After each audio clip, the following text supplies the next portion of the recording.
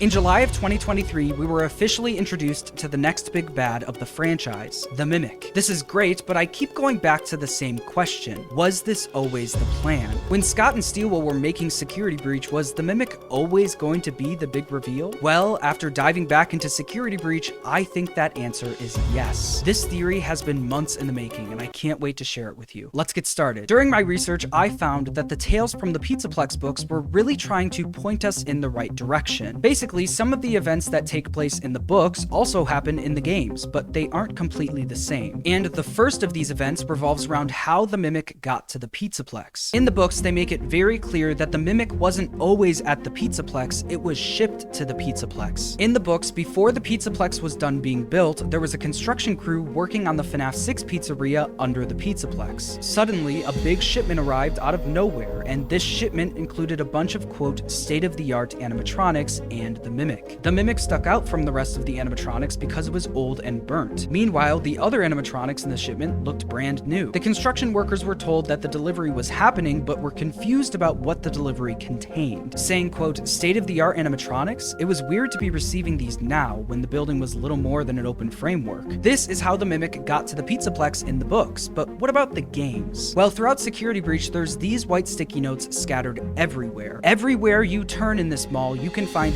more of these white sticky notes, which tells me that Steelwell really wanted us to see them. And if you look at enough of the sticky notes, they actually start to tell a story. And I can actually put this into a timeline, a FNAF Security Breach white sticky note timeline. First, we see import pending 6 a.m., indicating that a shipment was scheduled to arrive at the Pizzaplex at 6 a.m. We then see a label confirming that the shipment arrived at the Pizzaplex, along with a package number and the word return next to some question marks. The question marks tell us that they don't know where this package came from. Then things get worse. We get a sticky note saying unknown and a bunch of scribbles, followed by a bunch of package labels with question marks on them. If you haven't picked up on it already, this is almost the exact same scenario from the books. A shipment arrives at the Pizzaplex and the workers are confused about what it is. But it doesn't stop there. In the games, we actually learn who sent that shipment and what was in it. In FNAF AR, we learn about the Fazbear Funtime Delivery Service. This is a real delivery service in-universe where you can have an animatronic shipped to your house for special events. In order to do this, Fazbear Entertainment actually rebuilt all of the old animatronics from the past. And the company responsible for shipping these animatronics to people's houses was DLZ Shipping Solutions. We see Jimmy from the shipping company talking to Fazbear Entertainment in the FNAF AR emails. Fazbear is asking Jimmy for help concerning a virus in their system, but he never responds. Later on in the emails, someone finally does respond, and it's Vanessa. Vanessa created a fake email address and proceeded to take over for Jimmy and gain access to DLZ Shipping Solutions. Lewis from Fazbear Entertainment calls her out for this. Quote, I didn't want to put this in writing, but over the weekend, did you happen to create an IT department email address for yourself and use company credentials to reach out to a subcontractor and access their system? With Vanessa now in control of the shipping company, she sends a shipment to the Pizzaplex. This shipment is the one we see on the white sticky notes. I know this because grouped with all of the shipping sticky notes is one that says remember Jimmy, referring to Jimmy from DLZ Shipping Solutions. So we know Vanessa sent this unknown shipment to the Pizzaplex, but what was in it? Well, I believe it was all of the FNAF AR animatronics and the Mimic. Just like how in the books, it was a bunch of state-of-the-art animatronics and the Mimic. Need more proof? In Rockstar Row in Security Breach, you can find a bunch of things on display, including this empty stage from FNAF VR. Instead of just closing the curtain, they left it open to show that the stage is empty. This tells me that Freddy, Bonnie, and Chica were once on that stage. We know it couldn't have been the OG Freddy, Bonnie, and Chica because they're long gone at this point. We literally see Foxy's rusted torso in a display case. It had to have been the rebuilt versions of the animatronics for the Funtime Delivery Service. I think this because if you look in front of the stage, you can see the shipping label with the question marks on it. The FNAF AR animatronics that were shipped to the Pizzaplex were once on that stage, and now I believe reside in the Blob. This is why we see a bunch of animatronics in the Blob that should no longer exist. These are the rebuilt versions of them for the Funtime Delivery Service. So we know that this shipment to the Pizzaplex included all of the FNAF AR animatronics, but what about the Mimic? Is there any proof that the Mimic was also shipped to the Pizzaplex? The following discoveries are the reason I decided to make this video, so hold on to your seats. So we know that this shipment to the Pizzaplex is a big deal in the books and the games, but they're not 100% the same. The same things happen, but some details are swapped swapped out. Like for example, in the books, the shipment arrived to a construction crew before the Pizzaplex was done being built. But in the games, this shipment arrived after the Pizzaplex was done being built. So the question now is, does what happens next in the books also happen in the games? In the books, after the shipment arrives, one of the construction workers takes the mimic and basically tricks it into doing his busy work. The workers were told to tear off the limbs and heads of a bunch of endoskeletons and pile them up. So the construction worker proceeded to plug his laptop into the mimic and program it to do the job for them. The mimic then began tearing off the limbs and heads of the endoskeletons, but once it ran out of endoskeletons, it started tearing apart the construction workers. Now, let me point you towards the games. In Security Breach, you can find a duffel bag message titled Job Security. The message reads as follows: "Where is everyone? Leo was the only one who had a copy of the maze control key, but I haven't seen him for months. Maybe that creepy bot knows where the key is. Leo was supposed to train it to work the maze. Instead, he tricked the bot into doing busy work under the daycare theater. I'll check after the all-staff meeting tonight." So we have an employee that tricked a creepy bot into doing his busy work. And now he hasn't been seen for months. This is exactly what happens in the books, just with some details swapped out. This creepy bot is something I can't believe I haven't noticed before. I can't think of anything else this could be referencing other than the mimic. Creepy bot is singular. They're talking about one specific animatronic, which means it can't be one of the many Glamrock endoskeletons. The only other character I could see this applying to is the daycare attendant. But even then, the daycare attendant has a name. Why use creepy bot? Also, we get a duffel bag message about a kid having nightmares after visiting the daycare, which implies that the daycare attendant is already working the daycare and wouldn't be available to do anything else. So not only was the mimic included in the shipment to the Pizzaplex, the staff were aware of its existence and it was openly being used throughout the building. Need more proof? In the books, we learn one important piece of information. The Glamrock endoskeletons are version 2 of the mimic endoskeleton. Basically, Fazbear Entertainment took the design and functionality of the mimic and used it for the Glamrock endos. This is backed up in the games. In Security Breach, you can find blueprints for the Glamrock endos, and on those blueprints, it says that the Glamrock endos are the new generation of endos, implying that there was a previous version, which was the mimic. And there's one thing that the mimic and the Glamrock endoskeletons have in common.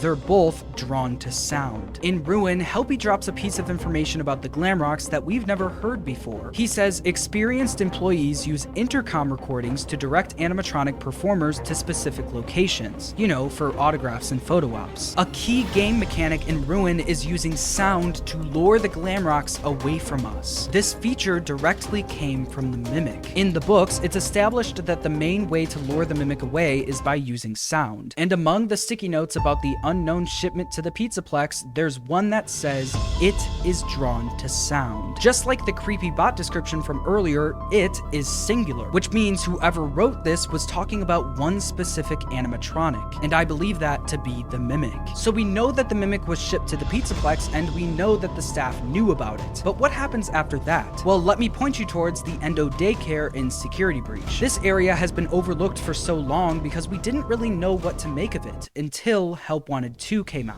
In the Endo Daycare minigame in Help Wanted 2, it's our job to teach an Endo how to behave. We learned that the Endos are essentially toddlers that need to be taught what's right and wrong. This is why this area resembles a daycare. Here, young animatronic endoskeletons learn how to associate with guests. Motivation chips encourage our youth to one day develop a personality and become the next Freddy, Chica, or TBD Pizzaplex star. There's even this Easter egg in Security Breach when you bring Glamrock Freddy into the Endo Daycare. I have never been allowed in here before.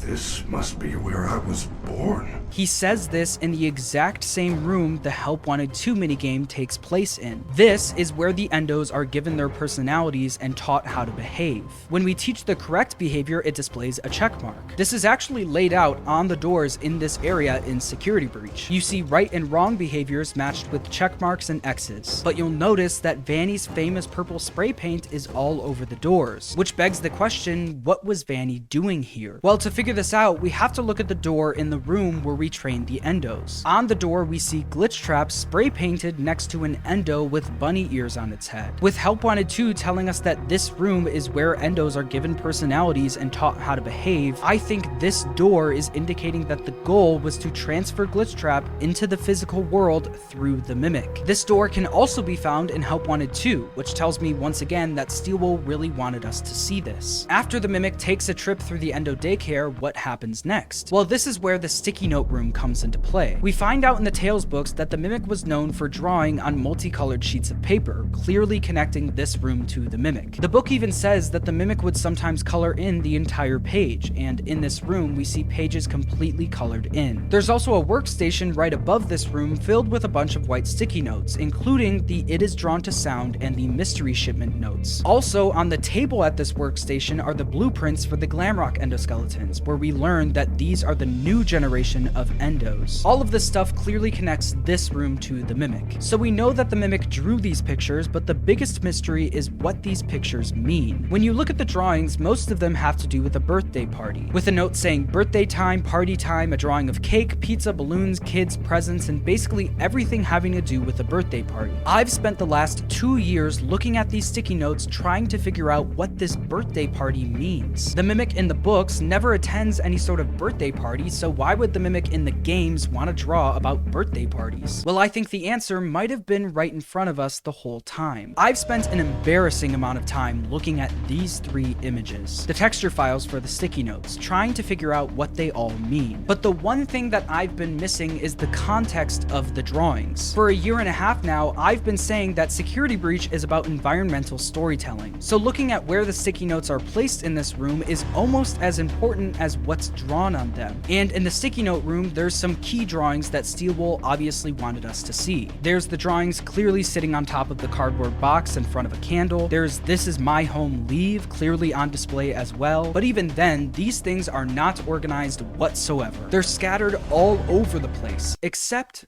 for one spot. In the back of the room behind this wooden post, you can find 6 sticky notes that are unlike the rest. In a room full of drawings scattered everywhere, these are perfectly lined up in a grid and being lit by a candle. Looking closer at them, I noticed that these were the sticky notes with the arrows on them. The drawings with the arrows always confused me, until I looked at the rest of the drawings in this grid. We see pictures of kids, fun and games, and then stop, go. With the context of the kids, the arrows, and stop, go, it looks to me like these are directions, as if someone was directing the Mimic throughout the Pizzaplex, passing a bunch of kids, birthday parties, pizza, fun and games, and balloons. If the Mimic really was present throughout the Pizzaplex, like we see in the duffel bag message earlier about the creepy bot and the It Is Drawn to Sound note, then it would make sense that it would draw about birthday parties. The Pizzaplex is a giant place where birthday parties are being held. All it's seeing in this place is birthday parties. And I think the person guiding the Mimic throughout the Pizzaplex and keeping it in this room was Vanessa. If you look at enough of the sticky notes, you can see evidence of 2 entities talking to each other. This is something that ID's Fantasy threw out there a while ago, and I completely agree. There's notes that say you and me, hello and goodbye, befriend, hide, no hide, get snack, pizza time, and obviously stop, go. You even see evidence that they followed through on these notes as well. In the sewer system, you can find a little hideout featuring the drawings, a pizza, and a bunch of cups. I think this was Vanessa and the Mimic communicating with each other. I think it's pretty clearly laid out that Vanessa was highly involved with Glitchtrap and the Mimic, whether that be through the trailers. When I first found you,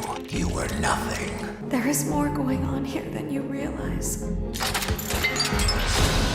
Vanessa in Help Wanted. Don't worry. I'll be ready.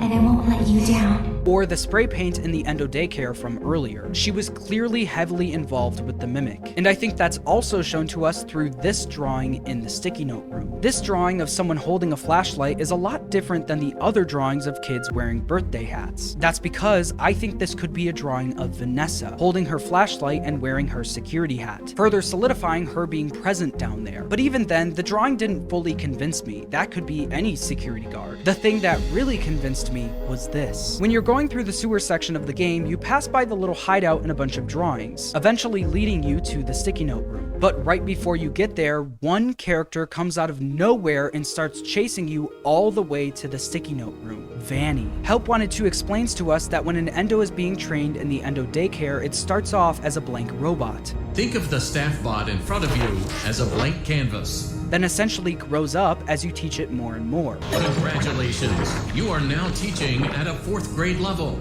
Good job.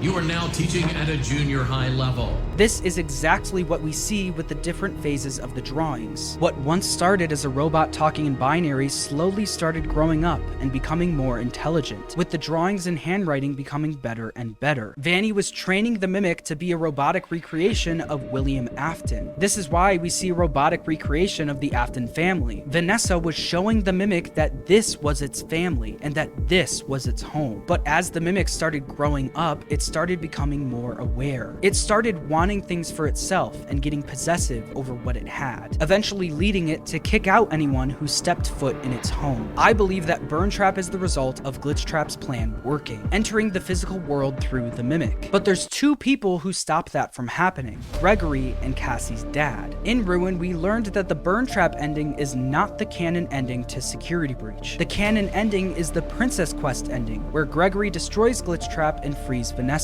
We also learned that after Gregory freed Vanessa, they likely caught the mimic and trapped it in the basement, like we hear in the Candy Cadet's story. There was a monster in the woods, but the mother caught it and kept it locked in the basement. But as we learn in Help Wanted 2, Gregory didn't destroy all of Glitchtrap. A piece of him still remained, and Cassie's dad was the one who destroyed that piece in Princess Quest 4. This is why when we finally meet the mimic in Ruin, there's no trace of Glitchtrap or William Afton left. Gregory and Cassie's dad destroyed it all, leaving the plain old mimic left to be found by Cassie in the basement. We learn in Security Breach that Vanessa was sent to the Pizzaplex for a reason. I'm needed somewhere else now. Thank you. And I believe that reason was to help Glitchtrap enter the physical world through the mimic. After shipping the mimic to the Pizzaplex, Vanessa uses the endo daycare to turn the mimic into this robotic recreation of William Afton. She keeps the mimic in the sticky note room, telling it that this was its family and that this was its home. But after Gregory frees Vanessa and destroys most of Glitchtrap, they lock the mimic in the basement, where it eventually will trick Cassie into setting it free. If you enjoyed this video, make sure to subscribe, and thanks for watching.